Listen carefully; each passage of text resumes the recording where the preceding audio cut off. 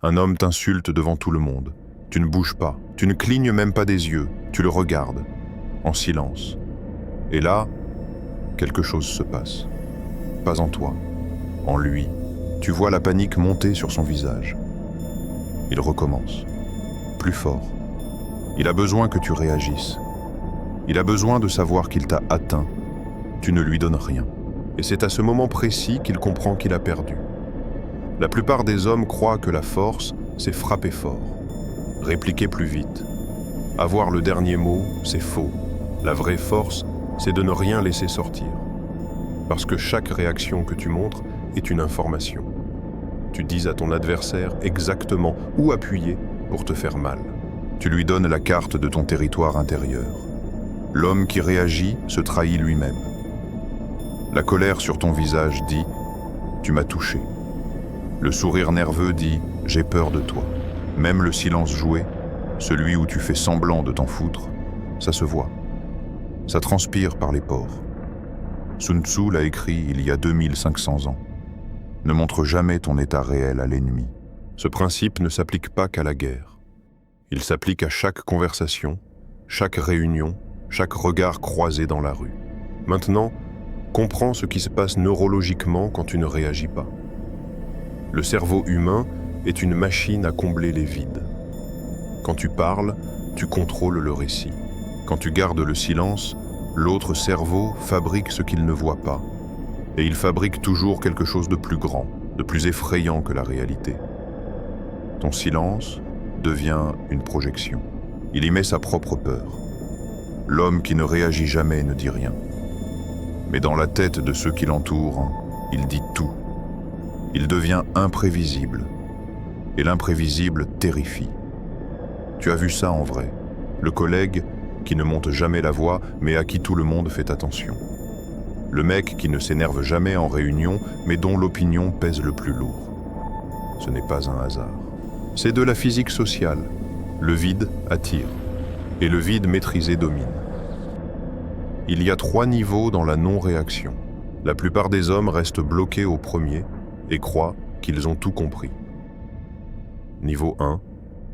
Le corps.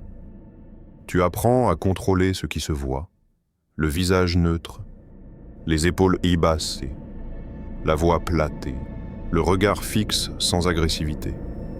C'est le niveau de surface, c'est utile, mais c'est du théâtre si les niveaux suivants ne suivent pas. Niveau 2. La parole. Tu apprends à ne pas remplir le silence. La plupart des hommes ont une terreur viscérale du silence. Ils parlent pour le tuer. Arrête. Laisse le silence exister. Laisse l'autre s'y noyer. Le silence actif n'est pas une absence, c'est une pression. Utilise-le comme une arme. Niveau 3, l'intérieur. C'est là que ça devient sérieux. Les niveaux 1 et 2 sans le niveau 3, c'est un masque. Et les masques tombent toujours. Le vrai niveau, c'est l'indifférence réelle, pas jouée. Ne plus avoir besoin que l'autre s'effondre pour te sentir puissant. Ne plus attendre sa validation pour savoir que tu as gagné. C'est le niveau que 95% des hommes n'atteignent jamais. Parce qu'ils demandent une chose que personne ne veut faire. Se vider de son ego réactif. Accepter que l'approbation extérieure ne te nourrisse plus. Quand tu atteins ce niveau, tu n'as plus besoin de jouer le rôle. Tu es le rôle. Voici comment y arriver concrètement. Première pratique, l'exposition volontaire à l'inconfort. Chaque jour, mets-toi dans une situation qui t'était difficile. Une conversation dure, un regard soutenu, une critique directe. Et entraîne-toi à ne pas fuir la tension, pas à la combattre, à la laisser exister sans la résoudre immédiatement. Le muscle de la non-réaction se construit comme un muscle physique, par résistance progressive. Deuxième pratique, la discipline du regard. Ne baisse jamais les yeux le premier sous pression, pas par arrogance, par ancrage. Ton regard dit à l'autre cerveau que tu es stable, que tu n'es pas menacé. C'est un signal primitif que les hommes lisent dans quelques millisecondes. Troisième pratique, le jeûne émotionnel. Coupe les sources qui t'habituent à réagir en permanence.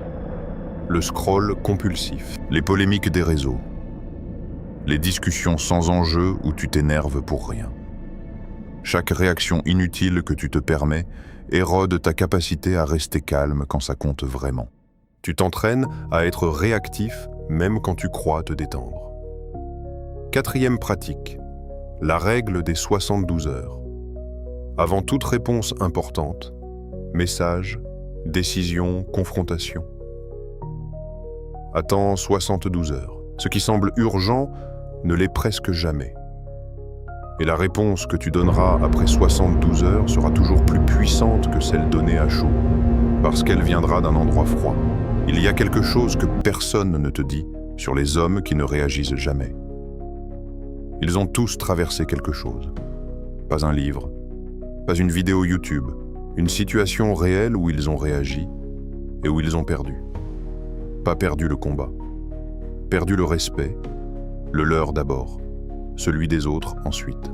Il y a un moment dans la vie de chaque homme où il réalise que sa réaction lui a coûté plus cher que l'affront lui-même. Un message envoyé à 2 heures du matin, une dispute publique qui a retourné la salle contre lui. Une colère explosée devant quelqu'un qui voulait exactement ça. Ce moment-là est une école. La question, c'est combien de fois tu vas devoir y retourner avant d'apprendre la leçon.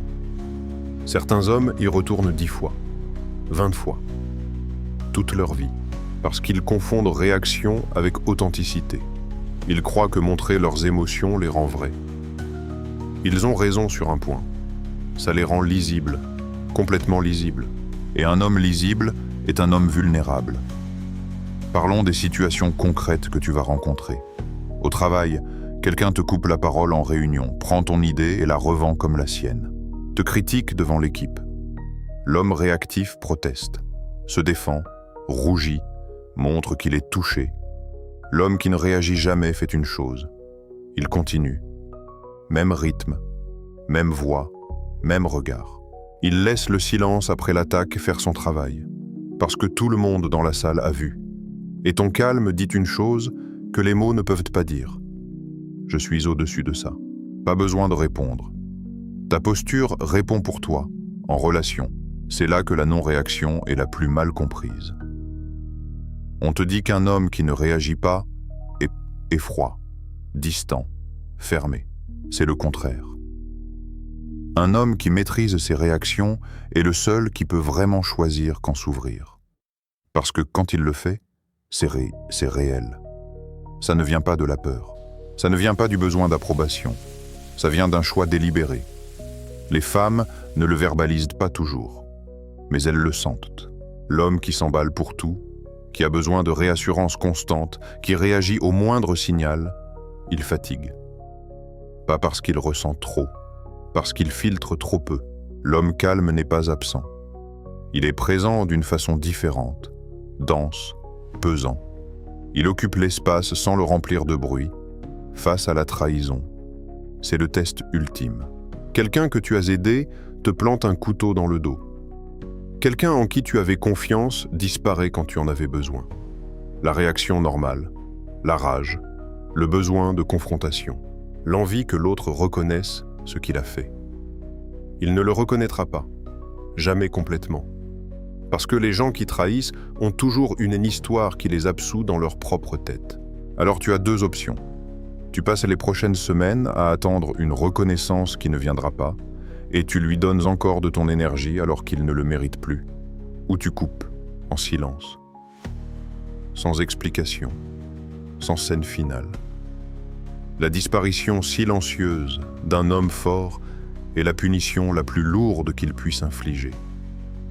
Parce qu'elle ne donne rien à quoi s'accrocher, pas de colère à retourner contre toi, pas de mots à analyser, juste le vide. Et le vide, comme tu le sais maintenant, fait peur.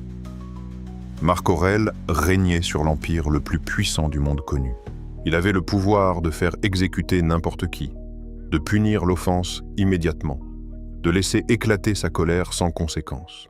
Il a écrit dans ses pensées : « Combien de fois ai-je regretté d'avoir parlé et jamais de m'être tu ? Ce n'est pas de la faiblesse, c'est la définition du pouvoir réel. L'homme qui peut réagir et choisit de ne pas le faire est infiniment plus puissant que celui qui réagit parce qu'il ne peut pas s'en empêcher. La contrainte n'est pas dans le silence. La contrainte, c'est l'impulsivité. Tu crois que tu es libre quand tu exprimes tout ce que tu ressens. Tu es en réalité l'esclave de chaque stimulus qui te traverse. Tu es piloté, prévisible, manipulable. La liberté réelle, c'est le choix. Ressentir et décider, pas ressentir et subir. Il y a une dernière chose. La non-réaction n'est pas une destination. C'est un entraînement quotidien. Tu vas échouer. Tu vas réagir quand tu n'aurais pas dû. Tu vas t'énerver, te défendre, dire quelque chose à chaud que tu regretteras. Ce n'est pas l'échec qui compte. C'est ce que tu fais dans les secondes qui suivent. Est-ce que tu t'effondres dans la honte? Est-ce que tu te justifies? Ou est-ce que tu observes ce qui s'est passé, tu le notes, et tu continues, plus informé qu'avant? L'homme qui se construit ne cherche pas la perfection. Il cherche la progression. Chaque situation difficile est une donnée. Elle te dit où tu en es. Elle te montre les zones que tu n'as pas encore durcies. Le béton ne se forme pas en un jour. Il se verse, il prend, il durcit par couches. Et à chaque couche, il devient un peu plus indestructible. Si tu es arrivé jusqu'ici, tu sais déjà que tu n'es pas comme les autres. Le béton ne réagit pas. Il absorbe, il durcit et il reste.